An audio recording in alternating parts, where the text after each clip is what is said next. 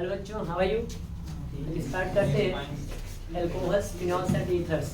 Alcohols और phenol ether के जितने आपके बोर्ड में इंपॉर्टेंट क्वेश्चंस हैं, सारे क्वेश्चंस इसमें करा दिया जा रहा है। तो चलते हैं, सबसे पहले स्टार्ट करते हैं टर्म में ईथर्स। ईथर के डायरेक्ट क्वेश्चन चलते हैं। ईथर बनाने की सबसे सिंपल विधि कौन सी होती है? तो आप जानते हो ईथर बनाने की प्रयोगशाला विधि होती है, सबसे सिंपल विधि होती है। और जानते हैं ईथर का फॉर्मेशन कैसे होता है। सबसे पहले क्या करेंगे, आप लेंगे एथिल अल्कोहल में सल्फ्यूरिक अम्ल डालो, कंसंट्रेट सल्फ्यूरिक एसिड डाल देंगे। मैंने कहा कि कंसंट्रेट सल्फ्यूरिक एसिड रिएक्शन किससे कराएंगे? एथिल अल्कोहल से। एथिल अल्कोहल का सूत्र होता है C2H5 सिंगल बॉन्ड OH। इसको एथिल अल्कोहल बोलते हैं। डाल दिया क्या? H2SO4। एक किस फॉर्म में है? कंसंट्रेट फॉर्म में। टेम्परेचर कितना देते हैं? 100 सेंटीग्रेड का।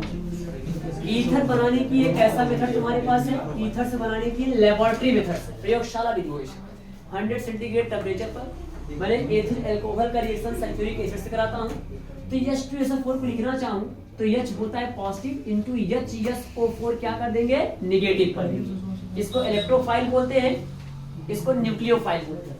यहाँ H जाएगा OH के साथ, बाहर माइनस क्या हो गया? H2O हो गया बाहर, बचा HSO4 माइनस, कहाँ टाइप करेगा? इस पे टाइप करेगा। तो बनेगा तुम्हारे पास CH3 C2H5, ऐसे लिख दे रहे हैं C2H5 सिंगल बॉन्ड HSO4। इसको एथिल हाइड्रोजन सल्फेट बोलते हैं। HSO4 कहाँ टाइप करेगा? C2H5 क्या टाइप करेगा? बनेगा C2H5 HSO4 ethyl hydrogen sulphate. अब ethyl hydrogen sulphate C2H5 HSO4 में पुनः क्या डालेंगे? पुनः डाल देंगे इसमें क्या? एथिल अल्कोहल डाल देंगे। एथिल अल्कोहल का formula C2H5 single bond OH। ऐसे लिखते हैं C2H5 OH को O सिंगल बॉन्ड H कर दिया और टेम्परेचर कितना कर दिया? 140 सेंटीग्रेड कर दिया टेम्परेचर। जैसे टेम्परेचर को बढ़ाता हूँ वैसे क्या होगा? यहाँ से HSO4 जाएगा हाइड्रोजन के साथ, पुनः माइनस का H2SO4 सल्फ्यूरिक एसिड बाहर हो गया, बचा ऑक्सीजन और C2H5 कहाँ अटैक करेगा? C2H5 पे अटैक करेगा, बनाएगा C2H5 single bond oxygen single bond C2H5। यहाँ एथिल दो को बोलते हैं डाई, इसको डाई एथिल ईथर बोलते हैं। डाई एथिल ईथर बनाने की सबसे सिंपल विधि है, जिसे लेबोरेटरी मेथड्स बोलते हैं। और टेम्परेचर 100 सेंटीग्रेड देंगे तो एथिल हाइड्रोजन सल्फेट बनता है। टेम्परेचर मैंने 140 कर दिया तो डाई एथिल ईथर बन गया। ये पहला विधि होती है जिसे प्रयोगशाला विधि, लेबोरेटरी मेथड बोलते हैं। अब सेकंड मेथड जानते हैं। सेकंड मेथड में डाई एथिल ईथर कैसे बनाते हैं? तो आप लोगों ने पढ़ा है विलियमसन रिएक्शन। विलियमसन रिएक्शन क्या होता है? Williamson reaction die ethyl ether का फॉर्मेशन कैसे और जानते हैं।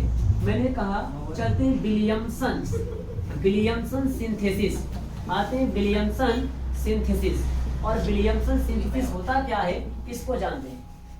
तो विलियमसन सिंथेसिस में डाई एथिल ईथर का फॉर्मेशन होता है, लेकिन रिएजेंट कौन कौन सा लेते हैं? उसमें लेते हैं R सिंगल बॉन्ड X, इसको एल्किल हैलाइड बोलते हैं। और एल्किल हैलाइड में डाल दिया RO सिंगल बॉन्ड Na, यानी को सोडियम बोलते हैं, सोडियम एल्कोक्साइड, सोडियम एल्कोक्साइड। अब यहाँ से X गया Na के साथ, माइनस NaX बाहर हो गया, सोडियम हैलाइड हो गया बाहर, बचा क्या तुम्हारे पास? R सिंगल बॉन्ड ऑक्सीजन बचा है।